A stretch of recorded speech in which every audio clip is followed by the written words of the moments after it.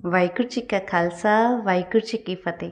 गुरु प्यारी साध संगत जी, बनारस के अंदर काशी की धरती पर बाबा रविदास जी जुतियां बनाने का काम करते थे।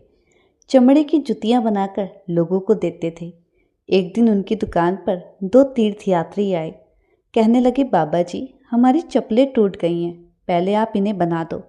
भगत रविदास जी कहने लगे, मैं बारी पर काम करता हूँ और 2 कसीरे मजदूरी के लेता हूँ। दोनों ये बात सुनकर वहीं बैठ गए और अपनी बारी का इंतजार करने लगे। जैसे पहले 25 पैसे 50 पैसे छोटे सिक्के चलते थे ना, ऐसे उस समय कसीरे चला करते थे। जब दोनों ने सुना तो दोनों ने वहीं बैठकर इंतजार किया। जब बाबा जी ने उनकी चप्पलें सिल दी, उनकी चप्पलें बना दी, तो उन्होंने पूछा, तुम दोनों कहाँ जा रहे हो, कहाँ चले हो? कहने लगे, महाराज हम गंगा पर स्नान करने जा रहे हैं और वहाँ जाकर कुछ दान भी करेंगे। दोनों ने अपनी जेब से थैली निकालकर फटाफट से भगत रविदास जी को दिखाई और कहने लगे, वहाँ जाकर हम 1000 रुपये दान करेंगे। भगत रविदास जी मुस्कुराए, कहने लगे, आप अमीर आदमी हो, आप 1000 रुपये भी दान कर सकते हो। मेरा एक काम करोगे, मुझ गरीब का एक कसीरा ले जाओ, ये छोटा पैसा गंगा को दे देना, लेकिन तब देना जब गंगा अपना हाथ बाहर निकाल कर मांगे कि लाओ भगत जी की भेंटा दे दो। दोनों हंस पड़े, कहने लगे, गंगा पर लाखों लोग दान करते हैं, कभी गंगा ने भी अपना हाथ बाहर निकाल कर किसी की भेंट मांगी है? वाह भगत जी, कैसी बातें करते हो। कहने लगे, कोई बात नहीं, अगर गंगा अपना हाथ बाहर ना निकाले ना मेरा कसीरा लेने के लिए, ये धर्म की कमाई है, ये धर्म की कीरत का कसीरा है। अगर वो ऐसे ना मांगे, ऐसे ना ले, तो वापस ले आना, ऐसे बीच में मत फेंक के आना। कुछ लोग गंगा के बीच में ऐसे ही फेंक देते हैं ना। दोनों ने एक दूसरे की तरफ देखा और कहा, क्या बातें करनी भगत जी से, ले लो इनका कसीरा। दोनों हरिद्वार पहुँचे, स्नान पानी किया, दान पुण्य किया। जब वहाँ से वापस लौटने लगे तो एक ने कहा, भगत जी ने भी तो अपना कसीरा दिया था, वो भी तो गंगा में दान में देना है। जैसे ही जेब से निकाला गंगा में डालने के लिए, तो दूसरे ने कहा, ठहर जा, भगत जी ने कहा था जब गंगा अपना हाथ खुद बाहर निकाले कसीरा मांगने के लिए तब ये देना है। दोनों में से एक ने कहा, गंगा मैया, जो काशी का रहने वाला रविदास चमार है, जो जुतियां बनाता है, उसने तेरे लिए एक कसीरा भेजा है और कहा है कि जब गंगा अपना हाथ बाहर निकाले तभी उसे देना, नहीं तो वापस ले आना। अगर तुझे ये कसीरा चाहिए तो अपना हाथ बाहर निकाल। अद्भुत कौतुक हुआ, एक बहुत सुंदर हाथ बाहर निकला। आवाज आई, भगत जी का कसीरा लेके आए हो, आज मैं धन्य हो गई। कसीरा हाथ में ले लिया। दोनों हैरान हो गए, परेशान हो गए, ओए कमाल हो गया, ये कैसे हो गया। जब कसीरा हाथ में लिया, मुट्ठी बंद हो गई। जब हाथ जल के अंदर चला गया और थोड़ी देर बाद फिर बाहर निकला, उसमें एक जड़ऊ हीरे से बना हुआ सुंदर कंगन हाथ में लिए हुए वो हाथ बाहर निकला और कहा, मेरी ये भेंटा जाकर भगत जी के चरणों में रख देना। जब आप भगत जी के चरणों में जाकर मेरा ये कंगन रखोगे तो मैं समझूंगी कि मैंने भगत जी के चरणों का स्पर्श पा लिया है। दोनों ने देखा इतना कीमती और जड़ऊ कंगन, जिस वक्त वो वहाँ से चले ना, तो दोनों का मन बेईमान हो गया। जब मन में लालच आ जाता है तो वहीं से पाप का बीज प्रफुल्लित हो जाता है और वही पाप हमें दुखों के भागी बना देते हैं और वो दुख हमें नरकों तक ले जाते हैं। जब उनका मन बेईमान हो गया, मन में लालच आ गया, तो सोचा रास्ते में इसको बेचकर जो पैसे मिलेंगे आधे आधे दोनों बांट लेंगे। और सोचा कि भगत जी को कौन सा पता लगना है कि गंगा ने हमें कंगन दिया कि नहीं दिया। अगर वो पूछेंगे तो कहेंगे, महाराज आपका कसीरा हम गंगा को दे आए हैं। दोनों उस कंगन को लेकर एक जोहरी के पास पहुँचे। सेठ जी, हमें एक कंगन बेचना है। जौहरी ने जब उस सेठ ने उस कंगन को देखा तो कहा, ये तो एक बहुत कीमती और जड़ऊ कंगन है, इतने पैसे तो मेरे पास नहीं है और सारी दुकान में भी ऐसा कंगन मेरे पास नहीं होगा।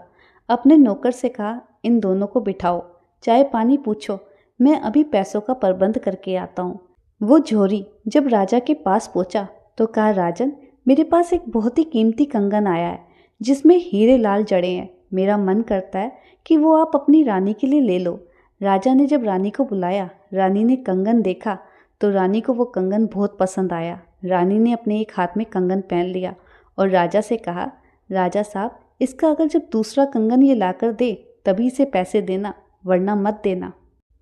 राजा ने जोहरी से कहा, इसके साथ का दूसरा कंगन भी लाकर दो। जोहरी ने कहा, मेरे पास राजन एक ही कंगन आया है। किसने लाकर दिया? 2 व्यापारियों ने। उन दोनों को मेरे सामने लाया जाए। जब वो दोनों राजा के सामने पेश किए गए तो राजा ने कहा, तुम्हें कंगन की कीमत तभी मिलेगी जब तुम इसके साथ का दूसरा कंगन लेकर आओगे, नहीं तो तुम्हें जेल में पकड़कर डलवा दिया जाएगा। वो दोनों रोने लगे, कहने लगे, राजा साहब, ये कंगन हमारा नहीं है, ये तो रविदास चमार का है जो जुतियाँ बनाता है। उसने हमें एक कसीरा दिया था और कहा था, ये गंगा में ऐसे मत फेंकना, जब गंगा अपना हाथ बाहर निकाले ना तभी गंगा को देना।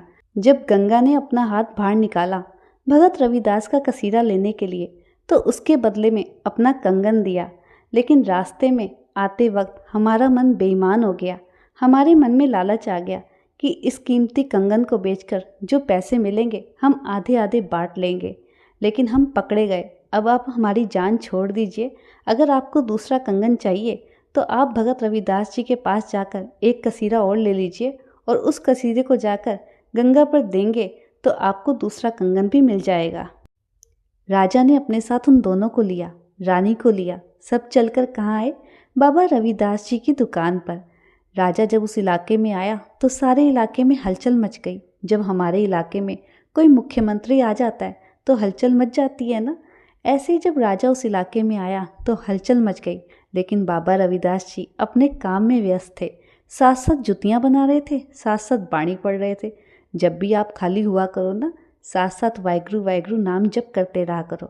क्या पता कौन सा श्वास आखिरी हो। हाथ काम की तरफ और दिल यार की तरफ। जिसका दिल अपने प्रभु में लगा होता है ना, तो वो एक भगत की अवस्था होती है। हमेशा अपने प्रभु में दिल लगा रहना चाहिए, बेशक काम सारे चलते रहें। जब राजा रानी अपने इलाके में आए तो वो हैरान हो गए कि हमारे इलाके में इतना बड़ा भगत रहता है जिसको गंगा भी नमस्कार करती है। राजा रानी दोनों ने आकर भगत रविदास जी के सामने माथा टेका। भगत रविदास जी कहने लगे, बोलो राजन, कैसे आना हुआ? राजा ने कहा, महाराज, एक विनती है आपसे। आपने जो एक कसीरा दिया था ना, वो गंगा ने स्वीकार कर लिया है, उसे कबूल कर लिया है। उसके बदले में एक कंगन दिया था जो रानी को बहुत पसंद आया है। आपसे विनती है महाराज, आप एक कसीरा और दे दो जिससे रानी की मुराद पूरी हो जाए। गंगा एक कंगन और दे दे। भगत रविदास जी हंस पड़े, कहने लगे, राजन, मुझसे कसीरा लेकर जाओगे, फिर आप गंगा पर जाओगे, वहाँ जाकर गंगा से फिर उसके बदले में कंगन मांगोगे, फिर अपने घर वापस आओगे। अगर आप कहो तो गंगा को हम यहीं बुला लें। राजा कहने लगा, गंगा यहाँ आ जाएगी महाराज। जिस पत्थर के ऊपर चमड़ा भिगोकर भगत रविदास जी घिसते थे ना, वह पानी इकट्ठा हो गया। जैसे ही पत्थर हटाया तो कहा, लो महाराज, गंगा आई गई है। आपको कितने कंगन, कितने कड़े चाहिए? अपने भगत रविदास जी ने दोनों हाथ डालकर कंगनों का ढेर रानी के आगे लगा दिया और कहा, रानी, आप एक कंगन मांगती थी, 100 ले जाओ। जब कंगनों का ढेर रानी के आगे रखा तो कंगनों की वासना रानी के अंदर से खत्म हो गई। दोनों राजा रानी भगत रविदास जी के चरणों पर गिर पड़े। कहा, अब हमें कंगन नहीं चाहिए, हमें वो बरकत चाहिए जिस बरकत से आप कंगन पैदा करते हो। हमें प्रभु के नाम की दात चाहिए।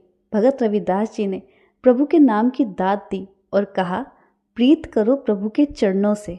गुरु रूप प्यारी साध संगत जी, प्रीत 2 प्रकार की होती है। एक होती है स्वार्थ की प्रीत और दूसरी होती है निष्काम प्रीत।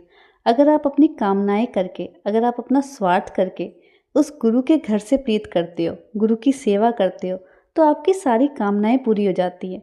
जो निस्वार्थ भाव से प्रीत करते हैं गुरु घर की, गुरु की सेवा करते हैं, गुरु भक्ति करते हैं, नाम जपते हैं, तो वो एक दिन गुरु का रूप बन जाते हैं, क्योंकि निष्काम प्रीत गुरु का स्वरूप बना देती है। वाहिगुरु जी का खालसा, वाहिगुरु जी की फतेह।